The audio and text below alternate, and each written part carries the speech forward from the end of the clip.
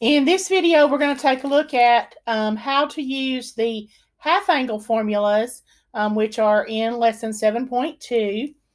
And I did notice that the formulas for the half angles are not on the formula sheet for the final exam, which is perhaps a clue that there are not any of these type problems on the final exam.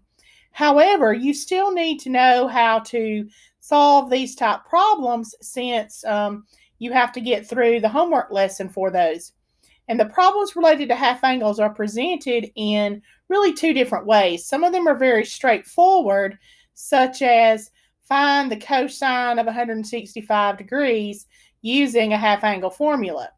Others of them start out like this, where it says if sine theta equals 12/13 and theta is in quadrant 2, then find sine of theta over 2.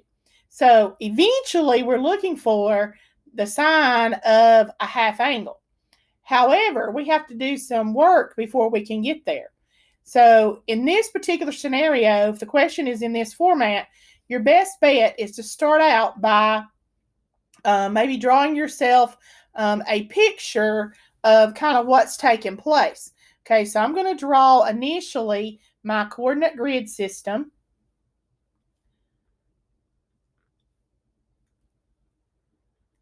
Okay, remember horizontal is X, range is Y. It tells me that my angle is in quadrant 2. Okay, so when I draw my picture here, I'm going to draw my angle in quadrant 2. So here's angle theta. And it tells me that the sine of theta is 12/13. And if you'll remember, the sine of an angle is the opposite over the hypotenuse. So if I kind of draw out a right triangle here, okay, so I would have my vertical number line or vertical line and my horizontal line so that I have a right angle. Okay, the opposite side from theta is 12 and the hypotenuse is 13. And so then I need to find the third side, which actually would correspond to the x value since it's the horizontal. So I would have x squared plus 12 squared equals 13 squared, which gives me x squared plus 144 plus equals 169. I'm going to subtract 144 from either side. So I have x squared equals 25.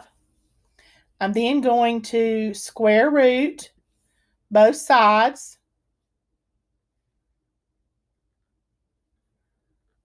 So x is equal to either positive or negative 5. Since I'm in the second quadrant, I moved left, so my x value is negative 5. Now, ultimately, I'm looking for the sine of theta over 2, or the sine of the half angle.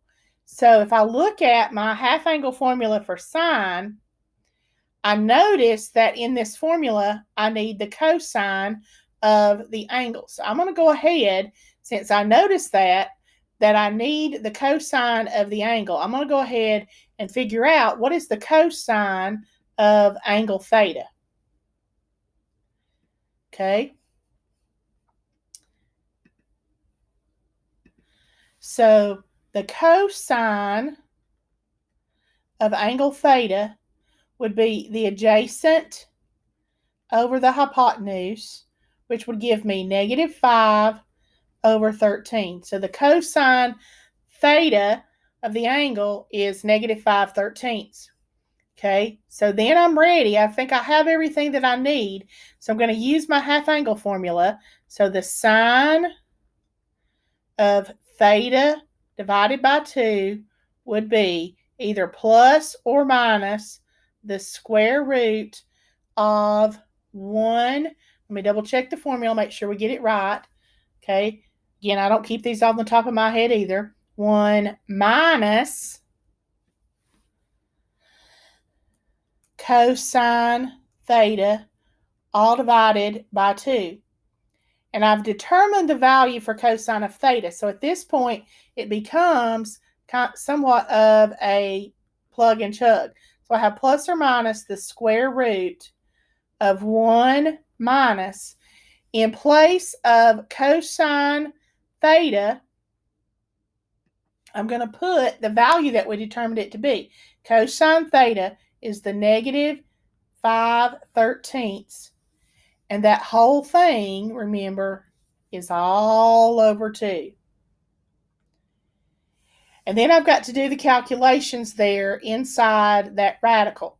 Okay, so I have plus or minus the square root of 1 plus minus times a minus is positive 5/13 over 2. Then to combine 1 plus 5/13, we do need to find a common denominator. So I have 1 whole. So 1 whole would be 13 over 13 plus the 5/13, which gives me plus or minus the square root.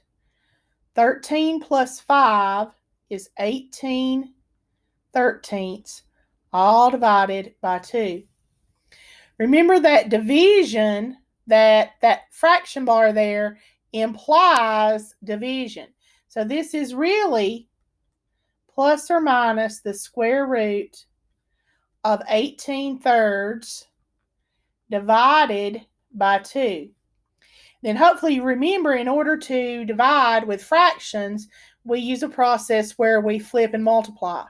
So we have plus or minus the square root of 18 over 13 times 1 over 2, which becomes plus or minus the square root of 1826. Okay?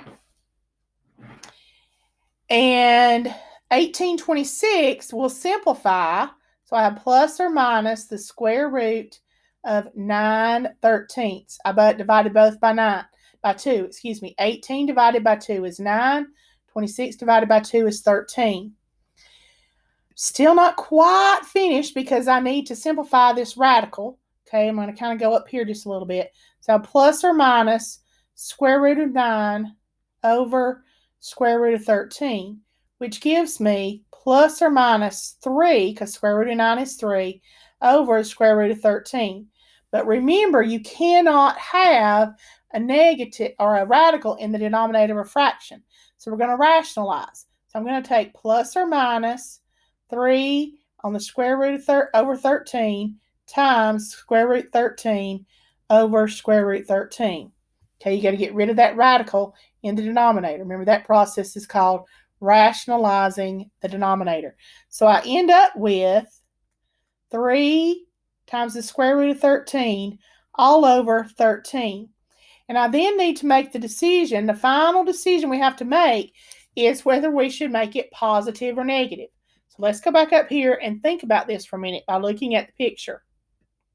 Okay, so if angle theta is in quadrant 2, and we take half of it, that's going to put me in quadrant 1.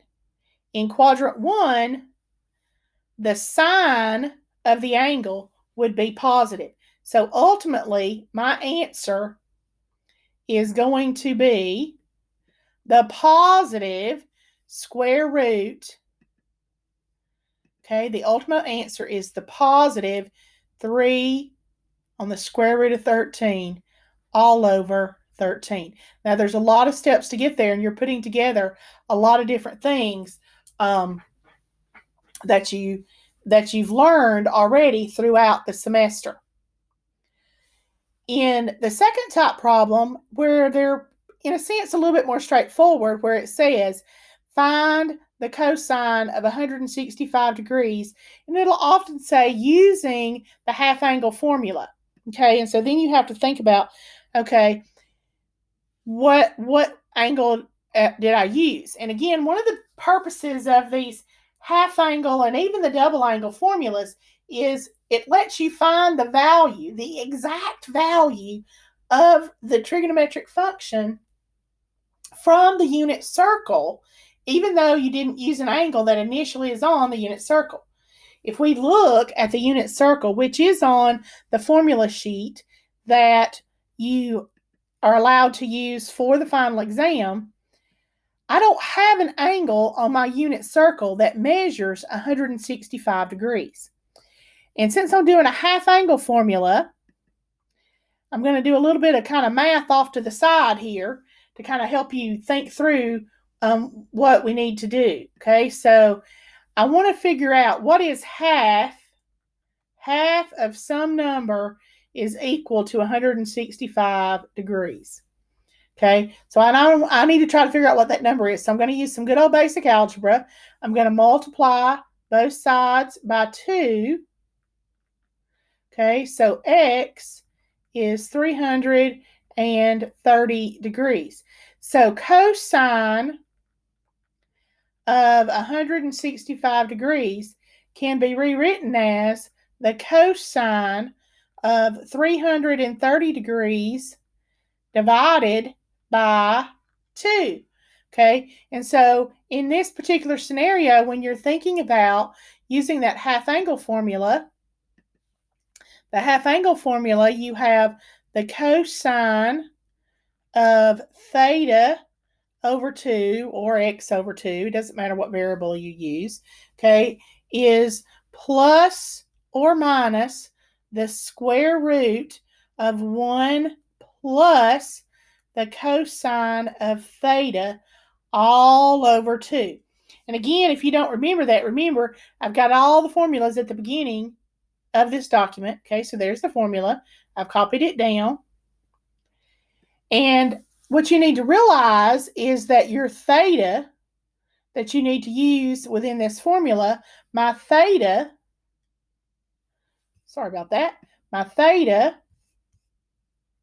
that I'm going to use off of the unit circle is this 330 degrees. So if I rewrite this, I really have plus or minus the square root of 1 plus the cosine of 330 degrees, all divided by 2. And I can then use my unit circle, okay, to figure out the value. So I have plus or minus the square root of 1 plus. And I'm going to go over to my unit circle, okay, at 330 degrees. Here's 330 degrees. And I need the cosine. The cosine, it corresponds to the x value, which is square root of 3 over 2. So I'm going to put, in place of cosine 330, I have square root of 3 over 2, and that whole thing is divided by 2. Now, here's where it gets kind of yucky because you got to remember how to do all this basic algebra manipulation. You have plus or minus the square root, and we need to combine those things on the top, but to do that, we need a common denominator. So 1 whole is 2 over 2 plus square root of 3 over 2, and that whole thing is over 2, which gives me plus or minus the square root. I didn't make my square root symbol big enough there, guys. Sorry. Okay. Is 2 plus the square root of 3 all over 2 over 2. Now, again, remember, as I showed you in the last problem, that is actually a division problem. Okay, so we have plus or minus the square root of 2 plus the square root of 3 all over 2 divided by 2. And then again, we've learned previously that to divide fractions, we flip and multiply. So we have plus or minus the square root of 2 plus the square root of 3 over 2 times 1 over 2, okay, which becomes plus or minus the square root of 2 plus the square root of 3 all over 4. And then we simplify the radical because we have to break it apart. So we have plus or minus the square root of 2 plus the square root of 3 all over square root of 4. But square root 4 will simplify. Okay, so when I simplify it, I have plus or minus the square root of 2 plus the square root of 3 all over 2. And your last decision has to be whether your answer should be positive or negative. So again, we were looking for cosine of 165 degrees. So if you think about where 165 degrees would be on your coordinate plane. Let me see if I can kind of sketch it for you. Okay, remember this is 0, 90, 180, 270, and a full revolution is 360. Well, I want 165. So 165 is going to be somewhere between 90 and 180 in the second quadrant. In the second quadrant, the cosine is negative. Therefore, my final answer should be negative. So I want the negative square root of 2 plus the square root of 3 all over 2. And there's your final answer. Okay, it's messy, and I know that it's messy because you got to remember how to deal with all those fractions and radicals and things like that. All right, let's look at another one. The sine of pi twelfths.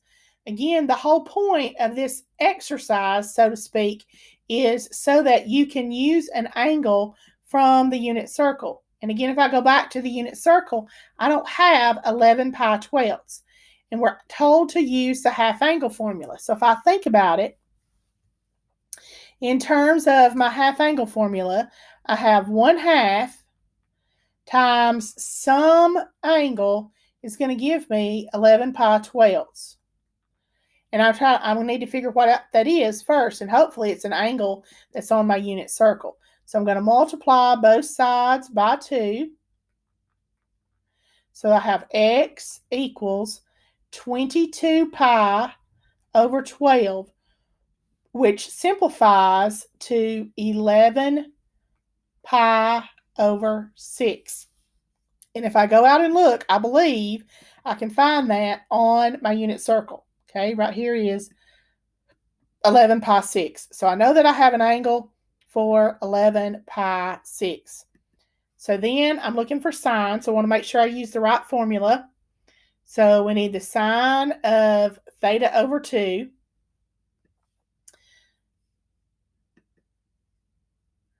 Okay, so my formula would be the sine, would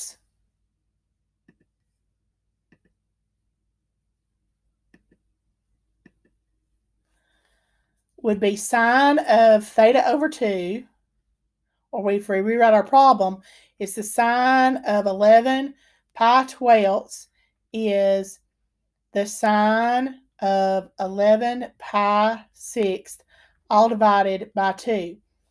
And so my formula is sine of theta equals plus or minus the square root of 1. Let's make sure we get the plus or minus sign right. Okay.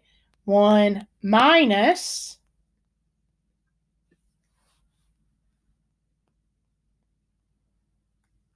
cosine theta all over 2. Okay, so what I have determined is that my theta is 11 pi sixths. So if I rewrite this, I have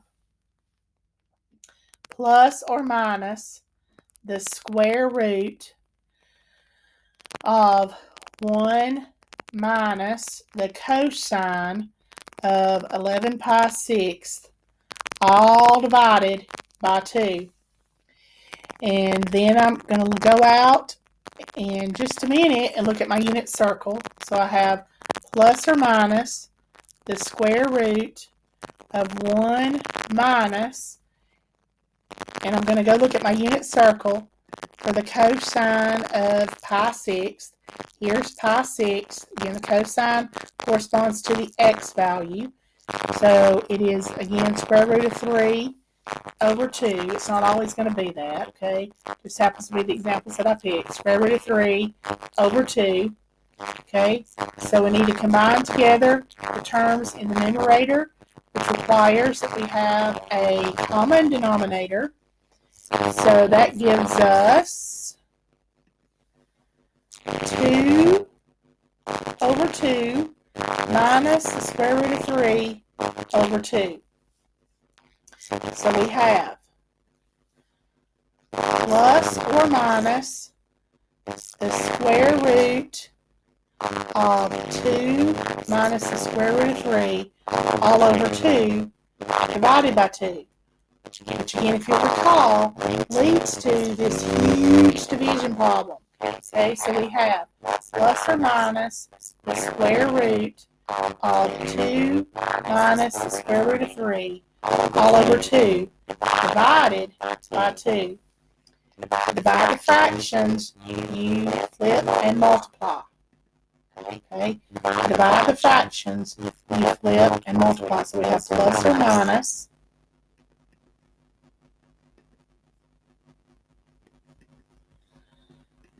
So we have plus or minus the square root of 2 minus the square root of 3 over 2 times 1/2.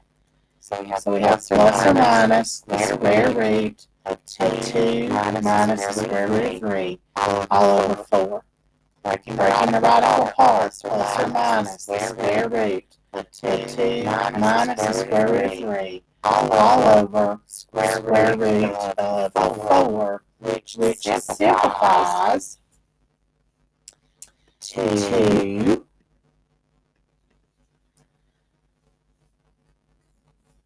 plus or minus the square root of 2 minus the square root of 3 all over the value of 2.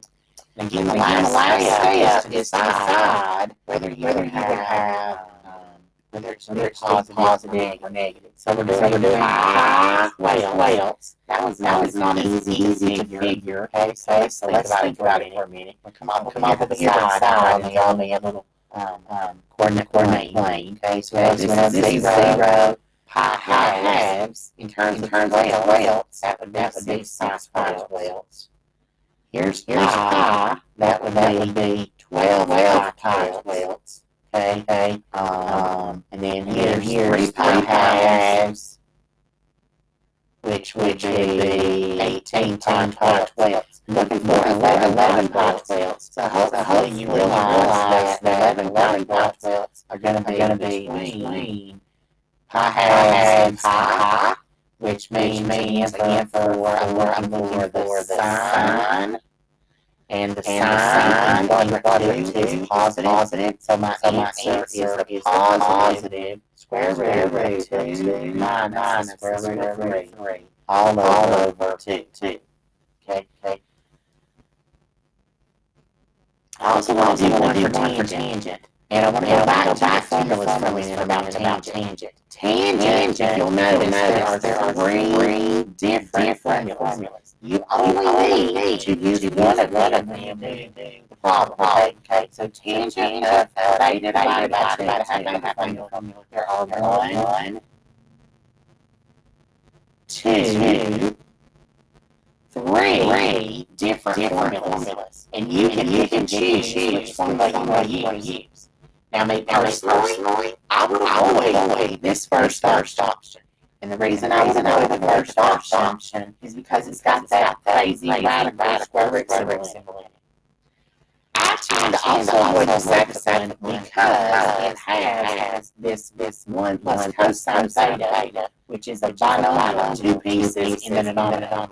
I I personally like this formula the best. Now, again, it really doesn't matter which one you use, but because you're going to get the same answer regardless of which one you use.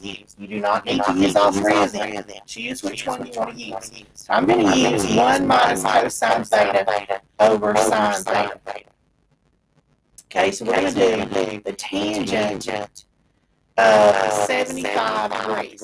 So we just figured out that the tangent of theta over 2 is 1. I can never remember it's plus or minus. Let's double check again. We don't want to get the formula wrong. Minus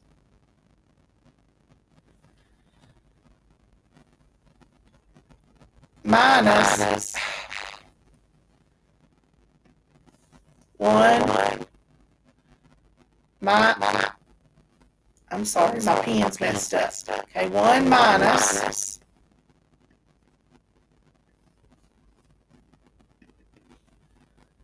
cosine theta over sine theta.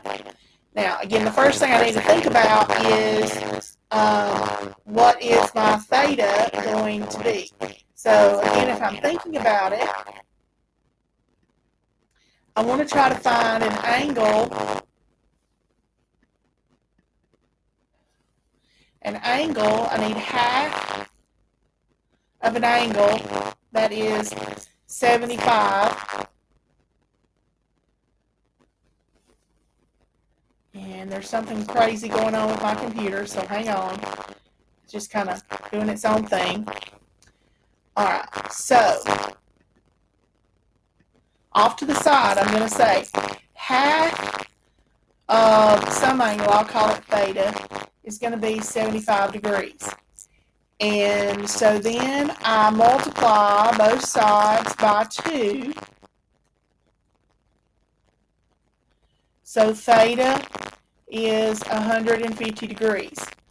So I'm going to use that. Okay, so basically I now know that the tangent of 75 degrees is the tangent of 150 degrees divided by 2. And if I substitute into the formula, I have 1 minus the cosine of 150 degrees divided by the sine of 150 degrees. Now, again, 150 degrees, the whole point of doing this is that I have the 150 degrees I can find on my unit circle. So let's go out and look. Okay, to my unit circle. I'm looking for 150 degrees. Okay, so here's 150 degrees. The cosine, what's your sine? S-I-G-N. What's your S-I-G-N? Your sine is negative square root 3 over 2. And your, that's your cosine. Your cosine is negative square root 3 over 2. And your sine is 1/2. Okay, so I'm going to plug and chug those in. So we would have 1 minus the negative square root 3 over 2, all divided by 1/2. Which if I rewrite that, that's 1 plus square root 3 over 2, all divided by 1/2.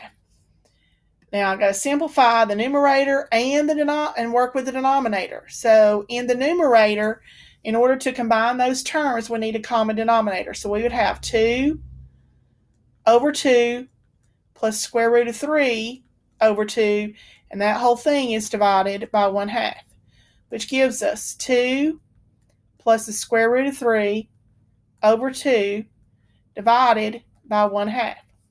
Now again, because that's division, remember to divide, you're going to have to flip and multiply. So this becomes 2 plus the square root of 3 over 2 times 2 over 1.